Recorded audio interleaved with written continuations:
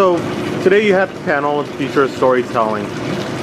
Where do you actually see the future of storytelling going? Because you see a lot of new content, especially as for Alan, for you, you're a game designer. In next week, we have new consoles coming out.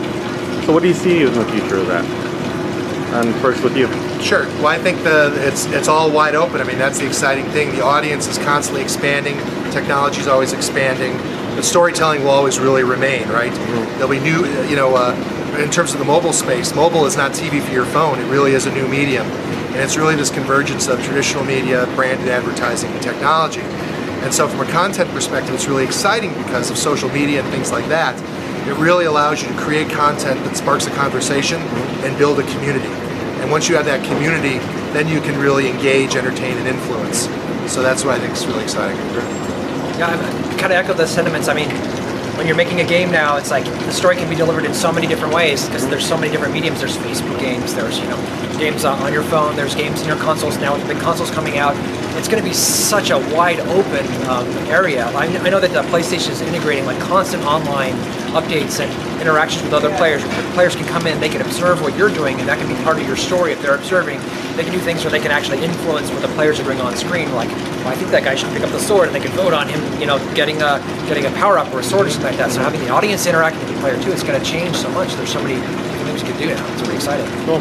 And for you, being a video game designer, creator, what would you recommend to kids who are watching this right now who want to be video game designers, who want to go into that field? Sure. I mean, well, that's kind of what about a year ago I started this thing called GameBot School, where we teach kids how to make their own video games. And we say 8 to 80, but now we have some 6-year-old kids that are coming there, so we're going down younger. My 5-year-old son was a prototype of that. I taught him how to make a game when he was 5. But the thing is, the thing I can't stress the most is you don't say, I want to make video games when I grow up. That doesn't work anymore. The tools have evolved so much that you don't need to know how to learn how to do a single line of code.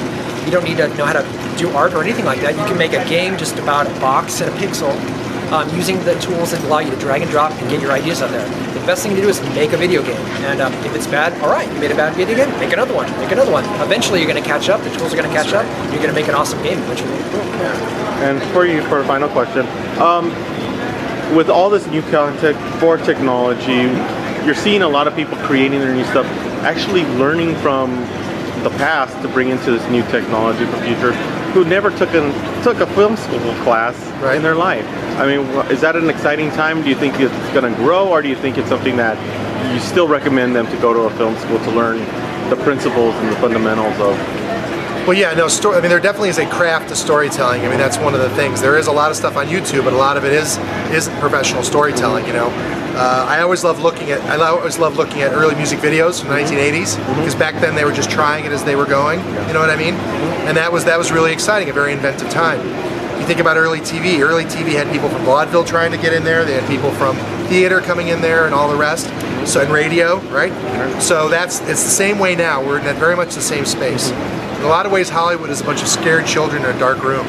And there's only a handful of us, like Alan and I, looking for the light switch. And when the lights are on, then all the standardization will be in place. There'll be plenty of money for everybody. But in terms of developing your craft and developing your story, it's really just about staying on the pulse of what's going on, being aware, and trying new things. Well, thank you very much.